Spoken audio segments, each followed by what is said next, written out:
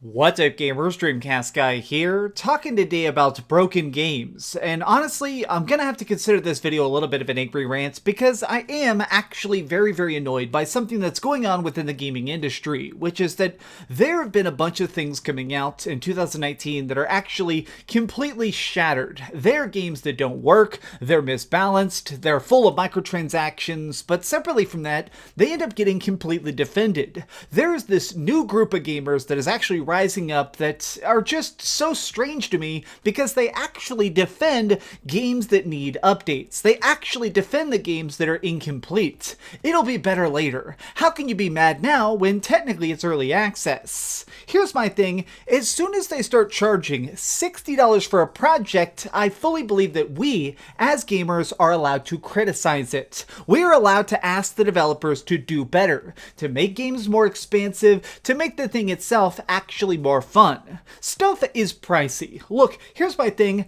I'm not some millionaire rich YouTuber. I just literally buy games, I play them, I make some videos, I go about my life. But these game developers are actually making stuff where if you do not buy the season pass and play like 8 million updates, you're not getting the full experience. Now I want to talk about several games today, but the thing that was really kind of striking me is that this has been getting extremely bad over the last couple of years. Things like For Honor. Now this is a game that when it came out was very skewed. It was tiny, it had decent combat, it had some interesting factions, but it was incredibly mishandled.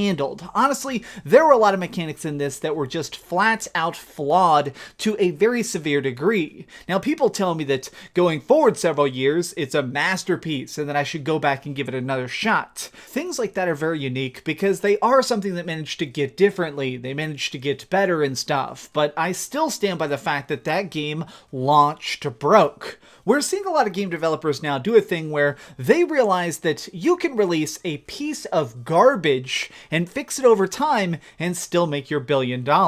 I honestly think a lot of games are trying to do this. Fallout 76 was a failed experiment in this endeavor. It's pretty clear that the idea was to just throw it out there and then fix it in post, to actually get it out on store shelves, have people pick it up by the holiday season, and then over the course of the following months, try and introduce more things like NPCs and quests and better aiming and things like that. And what's really kind of annoying to me is that I genuinely believe, and I'm being dead serious, video games should be finished when they come out. So I am a huge fan of books and movies. I was actually I worked at a bookstore for a long time. This is my favorite book series ever. It's called the Dresden Files. There is 15 of these books. I've read them all a bunch of times. I'm actually rereading them now. This is the European cover. The books are complete. There is no downloadable content to this book. If you actually open it up, hey, that's the entirety of the journey. That's a story, it's got plot, it's got characters, it's got everything you need. Same thing with movies. If you're trying to watch Harry Potter and the Order of the Phoenix, well, guess what? Harry Potter and his buddies join the Order of the Phoenix and mess up Voldy. That's it. Here you go. Boom. There's no DLC, there's no downloadable content, there's no microtransactions. Now, obviously, art takes a lot of different forms. Everybody wants to try and grow and expand in different ways. But my issue is that it seems like for all the people that are willing to defend bad books or bad movies, there is 1,000 times more people that are actually trying to defend the most terrible broken experiences. This is just crazy talk to me, and it may actually blow your mind, but there is a huge contingent of people that very vehemently defend Mass Effect Andromeda. Yes, that's right, the game that practically doesn't have an ending. All of its future plans were actually cut. It may have actually killed the entire franchise. I mean, even the own developers have actually leaked details about how it was just such a rushed mess. But there are people out there that still try and defend it and say that it is the best Mass Effect, which requires me to take crazy pills in order to understand. Now, here's the thing. I think we can all have our own opinion. Everybody is willing to actually like things or hate things. I mean, I'm kind of insane in the fact that one of my very favorite Call of Duties is Call of Duty Ghost, which I can fully admit is a terrible, terrible entry. It's just so flawed. My problem is when people are not willing to admit when they enjoy a bad game. You can have fun, you can enjoy some co-op, but you still need to be able to take a step back and consciously object when a game is not worth its value. Like, let me give you an example that's definitely going to make some people mad. So, I really, really love my Nintendo Switch. This is my Switch Lite. It's now my primary Switch. There is a game I will never install on this, which is Super Mario Party. It came out late last year, and it was definitely supposed to be a reboot of the series, except the fact that it completely sucks. You can't really play it online with your friends in a full capacity. You can't do a bunch of different stuff.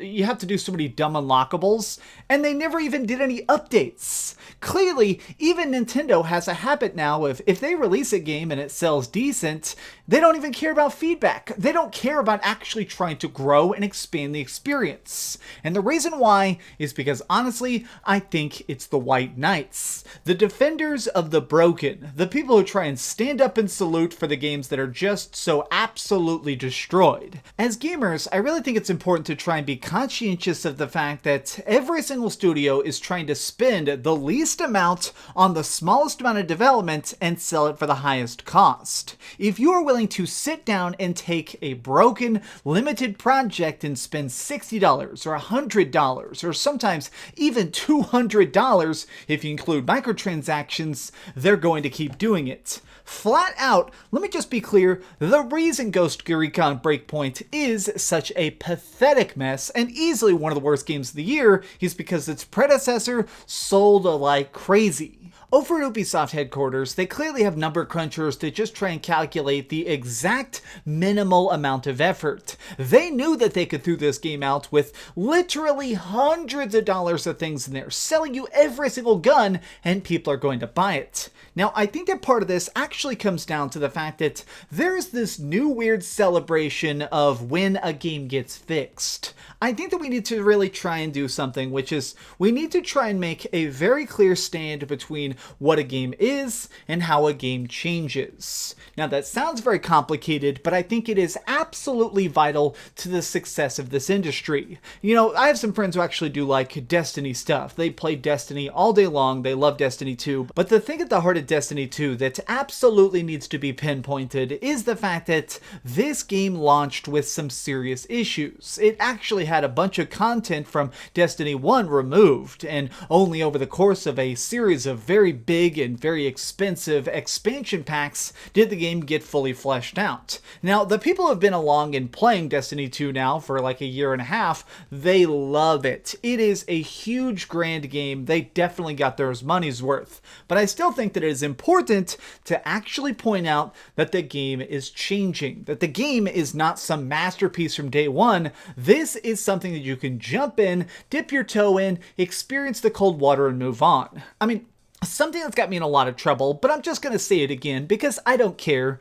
No Man's Sky was trash. When No Man's Sky came out, it was a flat-out Sony ripoff. The commercials were completely deceitful. There was so much stuff in the trailers and stuff that did not exist on the disc they sold you. Only with a series of gigantic updates did that game become playable. And people get so upset when I say that because they're like, well, the game is good now. That's fine, but I'm still saying that we need to actually try and hold these game developers' feet to the fire. Do you know why No Man's Sky is good right now? Because people actually made giant systematic lists of every single feature missing from the game. So the game developers actually had basically a checklist for themselves of things to finish up. Proper multiplayer, PvP, new tiles of enemy, new ecosystems, better ways to actually travel to the stars, and an actual story. These things exist because of Hello Games' absolute dedication to the project, but also a fan base that was there since the very beginning and roasting them to make sure that they stuck with the project and didn't just take their millions and run off to the Alaskan mountains.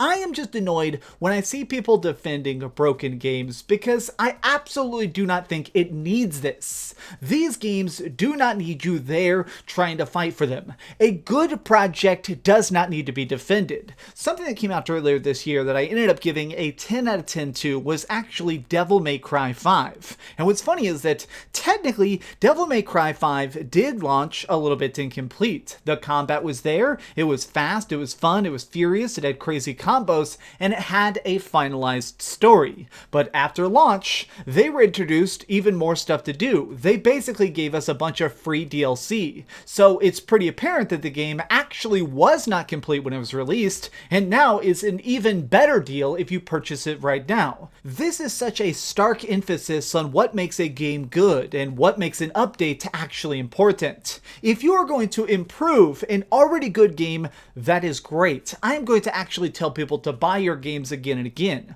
But if you launch a completely broken mess and then say, you can't put a score on it, the game's not done, you're selling it. Now, if you want to make some crappy early access game on Steam called like Penis Punchers, that's great, fine, do whatever you want. I'm saying that if you are selling me a full-priced game and it's on your store shelves, I'm going to expect this to be full price. Marvel vs. Capcom 2 has like 1 million characters in it, and you know what? None of them in DLC. Everything needs to be held to a higher standard. Your money is worth that value. Your time is worth that value. You and I are gamers. We need to actually realize that games should be getting better and not worse. Okay, I'm glad I got this out of my system because honestly, it's so annoying watching people just out there and say, don't judge the game until 3 months after launch, or you can't even talk about a game until it's had its finalized update. Then in that case, I shouldn't have reviewed freaking Destiny 1 5 years ago.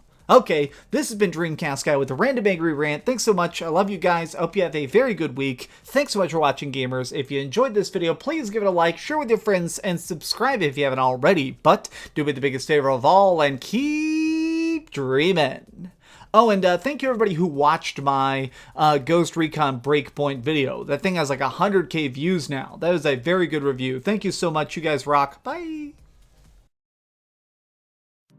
Thanks so much for watching that video. If you want to see something else, you can always click this link to see what I put up last, or, you know, subscribe and see what's coming up next. Also, I promise that whatever I do, it'll try not to suck.